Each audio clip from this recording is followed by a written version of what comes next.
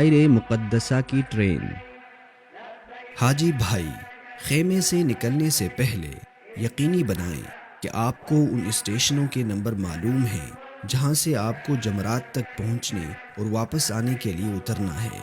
Train station پر جاتے وقت train operators کی طرف سے دی گئی ہدایات پر عمل کرنا یقینی بنائیں، اور جب آپ اسٹیشن پر ہوں تو بوڑھوں اور معذور افراد کو الیکٹرک ایلیویٹرز تک رسائی دیں۔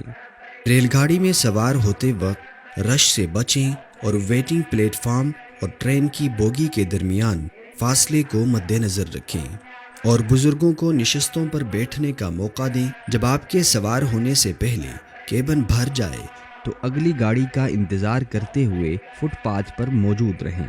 اسٹیشن پر جب پہنچیں تو اس بات کو یقینی بنائیں کہ آپ صحیح اسٹیشن پر اترے ہیں۔